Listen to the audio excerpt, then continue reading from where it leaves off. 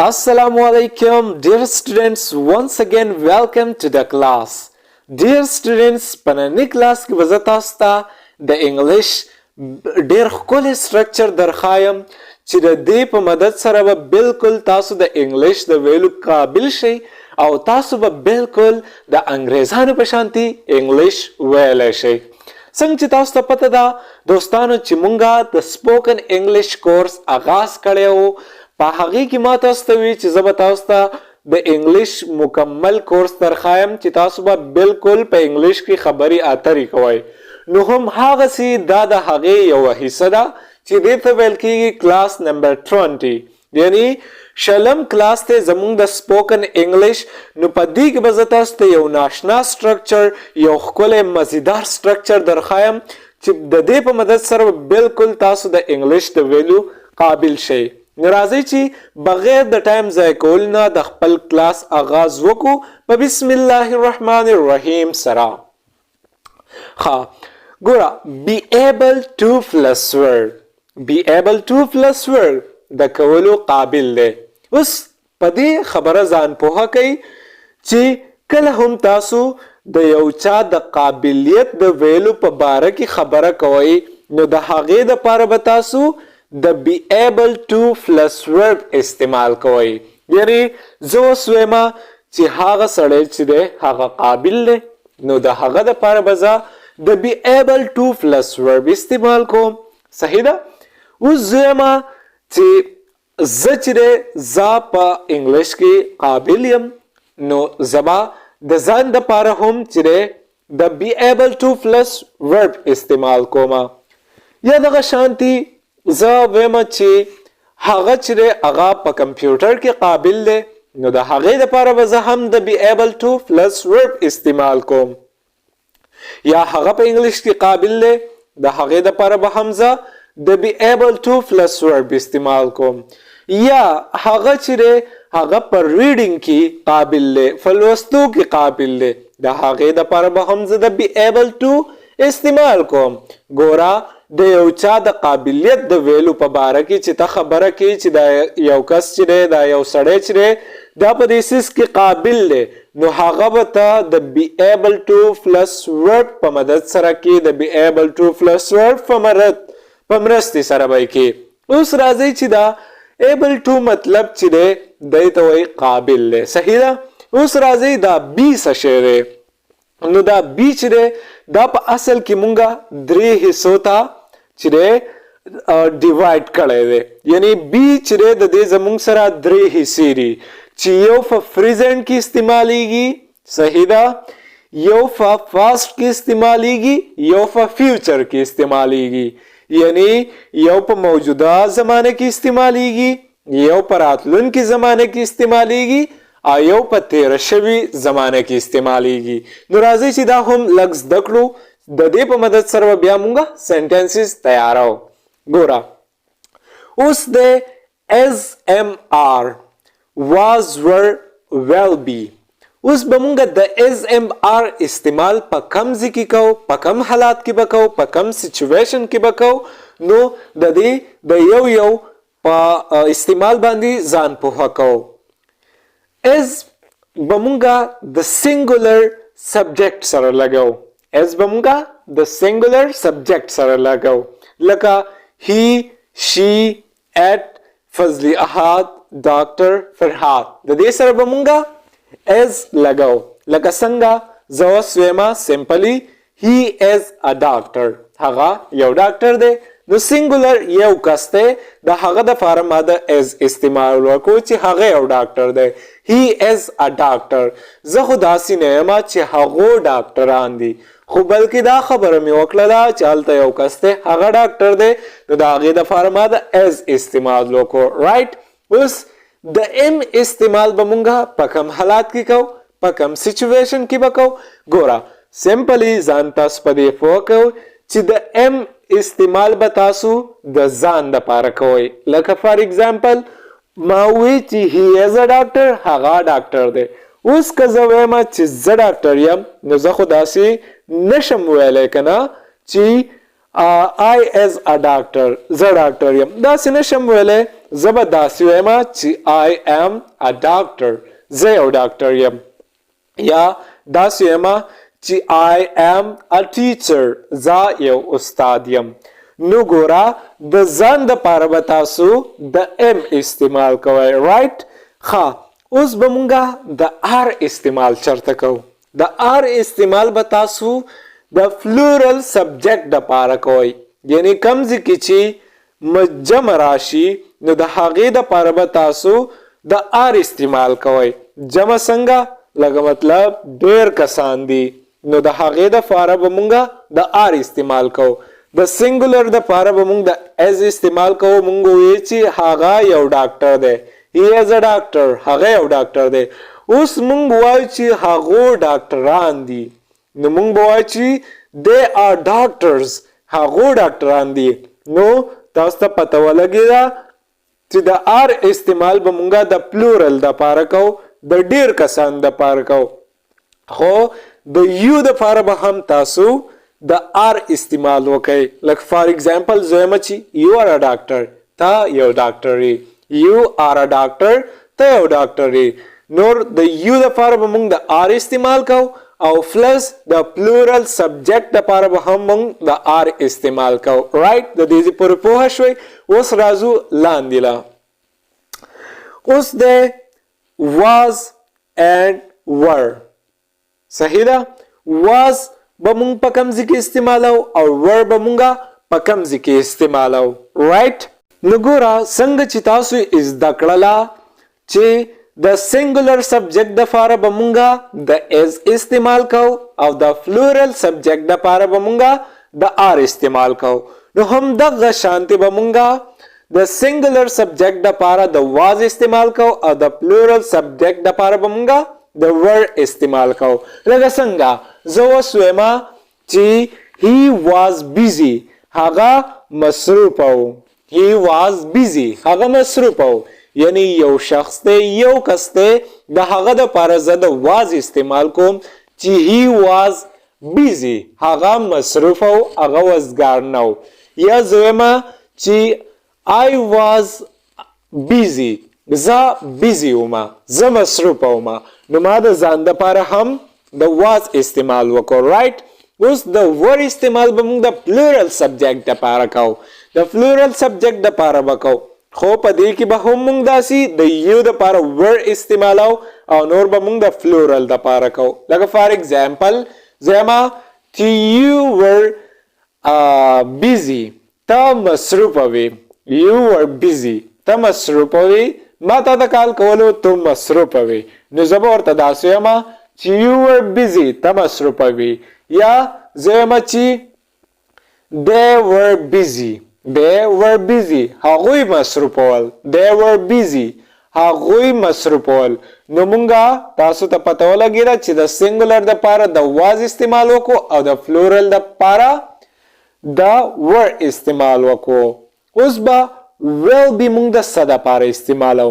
will be به مونږه د فیوچر دپاره استعمالو، د راتلونکي زمانې دپاره به استعمالو. چې لکه زه اوس وایم د دې مطلب دی چې زه یم به، لکه مطلب یا ځان ته یم چې هغه به یا زه به یم. لکه زه اوس وایم چې زه به ډاکټر یم، صحیح ده؟ زه به ډاکټر یم. زه به داسې یم چې I will be a doctor، زه به ډاکټر یم کله په راتلونکي وخت کې انشاءالله. یا زه یم چې they will be doctor، هغوی به ډاکټران وي، صحیح ده؟ he will be doctor، هغه به ډاکټر وي. دا به تاسو دغه شانتي استعمالوي، هم د پلورل دپاره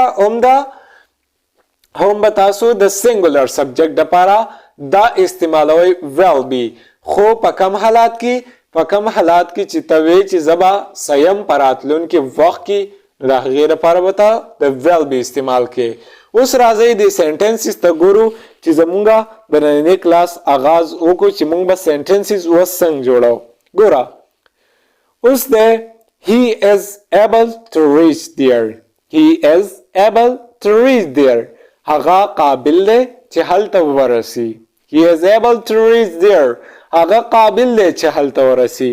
نو ګوره he چې دی هغه یو سنګولر سبجیکټ دی او از وسره مونږ ولګولو، صحیح ده؟ singular subject او as وسره مونږ ولګو ځکه دا singular helping verb دی. صحیح ده؟ نو زمونږ هغه سنټنس چې دی هغه تیار شو. اوس he is able to reach there هغه قابل دی چې هلته ورسی. I'm able to run fast. I'm able to run fast. زه قابل یم چې تیزه منډه ووهم. I'm able to run fast. زه قابل یم چې تیزه منډه ووهم. I'm able to run fast. زه قابل یم چې تیزه منډه ووهم. They are able to reach there. They are able to reach there. هغو قابلان دي چې هلته ورسی. They are able to reach there. هغو قابلان دي چې هلته ورسی. اوس تاسو ته پته ولګیره چې مونږه فلورل سبجیکټ دی نو مونږ سره فلورل هیلپینګ ورب ولګو چې هغه دی are. صحیح ده؟ They are able to reach there. هغه قابل دی چې هلته ورسی. You are able to learn computer. You were able to learn computer. ته خوي یا ته قابل وی چې کمپیوټر زده کې خو بلکې تا کوشش ونه کو تا مهنت ونه کو نو تا کمپیوټر زده نه کړلو. You were able to learn computer. ته قابل وی چې کمپیوټر زده کړې. صحیح ده؟ He was able to read a book. He was able to read a book. هغه قابلو چې کتاب ولولي یا هغه په کتاب لوستلو کې قابلو. He was able to read a book. هغه په کتاب لوستلو کې قابلو. I will be able to learn English. I will be able to learn English. زه به قابل یم چې انګلیش زده کم یا زه د انګلیش زده کولو به قابل یم په راتلونکي وخت کې. صحیح ده؟ She will be able to run fast. She will be able to run fast. هغه به قابلای چې تیز منډه ووایي. She will be able to run fast. هغه به قابلای چې تیز منډه ووایي. نو ګوره د دې سټرکچر نه تاسو ته پته ولګیره چې مونږ به د be able to plus verb استعمال څنګه کوو په کوم حالات کې به کوو نو هغه تاسو ته پته ولګیده. ګوره بی چې هغه مونږه چې هغه 3 parts ته ډیوایډ کړی دی هغه دی is MR was were will be. دا ځان سره نوٹ کړئ. خا د بی نه مخکې به مونږه سبجیکټ لګو. سبجیکټ کې سره راځي he I they you we he she it. دا زمونږ سره سبجیکټ شلو. بیا به د هغې نه بعد چې دی مونږه بی ولګو.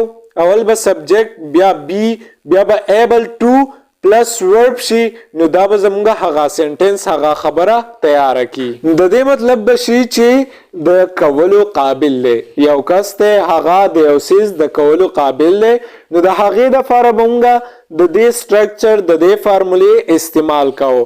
سو رایټ اوس به مونږ د دې نیګیټیو سنټنسز څنګه جوړو یعنی منفي جملې به مونږ څنګه جوړو.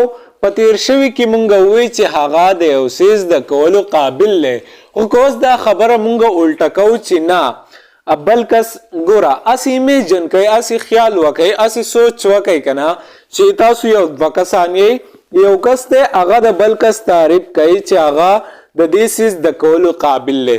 بیا اوس بل کس دی هغه وایي چې نه هغه د دې څیز کولو قابل نه دی یعنی خبره نیگیټیو تاړی منفي جملو تاړی نیگیټیو سنټنسز تاړی نو د هغې دپاره به مونږ صحیح استعمالو. د هغې دپاره به مونږ سبجیکټ پلس بی پلس ناٹ پلس ایبل ټو پلس ورب صرف به د بی او د ایبل په منځ کې د ناٹ اضافه وشي نو زمونږ هغه نیگیټیو سنټنسز هغه منفي جملې به تیاری شي. صحیح ده چې دا کس چې دی دا د کولو قابل نه دی. رایټ په دې کې به مونږ هم هغه شانتي سیم هیلپینګ ورب لګاو څنګه چې مونږ از ام آر په تیر شوي کې ولګول داسې به مونږ هم په دې کلاس کې هم په دې سټرکچر کې به هم مونږ هغه شانتي دا لګاو. رایټ اوس راځئ دې سنټنسز ته وګورئ چې مونږ دا سنټنسز څنګه جوړې کړي دي چې تاسو پې بالکل پوه شئ. He is not able to reach there. He is not able to reach there. هغه قابل نه دی چې هلته ورسی یا هغه هلته د رسیدو قابل نه دی. He is not able to reach there. هغه هلته د رسیدو قابل نه دی. یا تاسو دا داسې هم ویلی شئ He is unable to reach there. he is unable to reach there. هغه حالته د رسیدو قابل نه دی. مونږه په تیر شوي کې هم وی چې د سنګولر سبجیکټ لپاره به as استعمالو او په دې کې هم هغه فارموله ده هم هغه خبره ده چې مونږ به د سنګولر سبجیکټ لپاره as استعمالو. نو he is not able to reach there. هغه حالته د رسیدو قابل نه دی. I'm not able to run fast. زه قابل نه یم چې تیز منډه وواما یا زه تیز منډه وهلو قابل نه یم. I'm not able to run fast. زه د تیزی منډې وهلو قابل نه یم. I'm not able to run fast. زه د تیزی منډې وهلو قابل نه یم. اوس د ځان دپاره مونږه د am استعمال کوو نو په دې کې هم ما د am استعمال کړی دی. They are not able to reach there. They are not able to reach there. هغه قابل ندي چې هلته ورسي یا هغوی هلته د رسیدو قابل ندي. They are not able to reach there. هغوی هلته د رسیدو قابل ندي. اوس زمونږ سره پلورل سبجیکټ شولو نو د پلورل سبجیکټ سره مونږه به آر لګو. په دې کې هم مونږه آر استعمال کړی دی. Right? You are not able to learn computer. You are not able to learn computer. ته قابل نه یې چې کمپیوټر زده کې. You are not able to learn computer. ته قابل نه یې چې کمپیوټر زده کې. Right? He was not able to read a book. He was not able to read a book. هغه د کتاب لوستلو قابل نه دی. سنګولر سبجیکټ دی نو د هغې دپاره مونږه سنګولر هیلپینګ ورب استعمال کړی دی was. Right? I will not be able to learn computer. I will not be able to learn computer. زه د انګلیش زه د کمپیوټر د زده کولو قابل نه یم یا I will not be able to learn English. زه د انګلیش د زده کولو به قابل نه یم په راتلونکي وخت کې. She will not be able to run fast. هغه قابل نه ده چې منډه ووایي. یعنی she will not be able to run fast مطلب دی چې هغه به قابل نه وي چې تیزه منډه ووایي. ټیسټ دی د منډې نو ماته پته ده چې هغه به قابل نه وي چې تیزه منډه ووایي. صحیح ده؟ نو خبره نیګیټیو ته لاړله. اوس مونږه د دې انټراګیټیو سنټنسز جوړو یعنی سوالیه جملې به مونږ اوس څنګه جوړو. که اوس مونږ د چا نه پوښتنه کوو د ځان په باره کې د یو شخص په باره کې یا د یو خبره داسې کوو چې مونږ به په راتلونکي وخت کې آیا دا یو که نه به یو نو هغه به مونږ څنګه کوو. ګوره د دې دپاره به تاسو سمپلی هیلپینګ ورب چې دی هغه مخکې کوئ لکه هیلپینګ ورب چې دی هغه مونږ ډیوایډ کړی دی نو دلته ما فارموله تاسو ته منشن کړې ده چې تاسو به بی مخکې کوئ په هغې کې راځي SMR was were will be دا به مونږ مخکې لګو بیا به پلس سبجیکټ وي. په سبجیکټ کې زمونږ سره څه دي he I they you he I she you دا زمونږ سره helping verb دی دا سبجیکټ دی ساري. بیا پلس able to پلس verb بیا به هغه زړه فارموله وي. په تیر شوي کې به مونږه اول سبجیکټ لګولو بیا به یو helping verb لګولو. اوس به مونږ helping verb مخکې کوو او د هغې نه بعد به مونږ سبجیکټ لګو نو زمونږ هغه نیګیټیو سنټنسز به جوړیږي. لکه څنګه راځئ دې سنټنسز ته وګورئ چې په دې باندې هم تاسو په تفصیل سره پوه شئ. Is he able to reach there? Is he able to reach there? آیا هغه هلته د رسیدو قابل دی؟ Is he able to reach there? آیا هغه هلته د رسیدو قابل دی؟ په تیر شوي کې مونږ وی he is able to reach there یعنی he مونږ مخکې کړی سبجیکټ مونږ مخکې کړی او وروسته یو بیا helping verb لګولی و. اوس په دې کې مونږه انټراګیټیو ته خبره لاړه نو په دې کې مونږه سبجیکټ وروسته کو او helping verb یو مخکې کو نو دې زمونږه هغه انټراګیټیو سنټنس جوړ کو. Is he able to reach there? آیا هغه هلته د رسیدو قابل دی؟ Is he able to reach there? آیا هغه هلته د رسیدو قابل دی؟ یعنی دا مونږ اوس د چا نه پوښتنه کوو د چا نه تپوس کوو. صحیح ده؟ سوالیه جمله ده. Am I able to run fast? Am I able to run fast? آیا زه هلته د رسیدو قابل یم؟ Am I able to run fast? آیا زه هلته د رسیدو قابل یم؟ Are they able to reach there? آیا هغوی هلته د رسیدو قابل دي؟ Are they able to reach there? آیا هغوی هلته د رسیدو قابل دي؟ Were you able to learn computer? آیا ته د کمپیوټر د زده کولو قابل وې؟ Were you able to learn computer?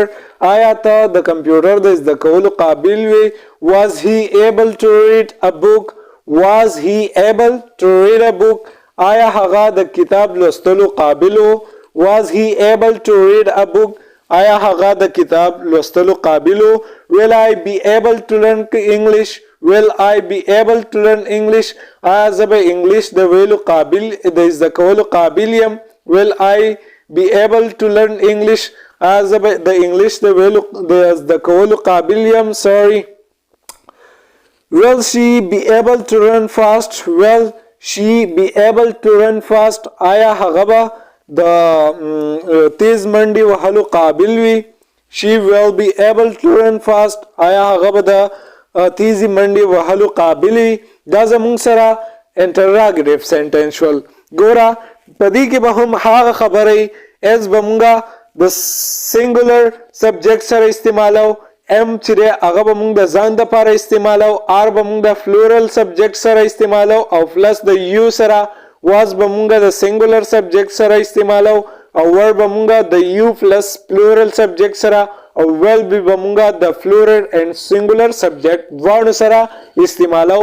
نو په دې بس تاسو هغه سنټنس سیس جوړیږي، په دې بس تاسو هغه د انګلیش خبري اترې جوړیږي.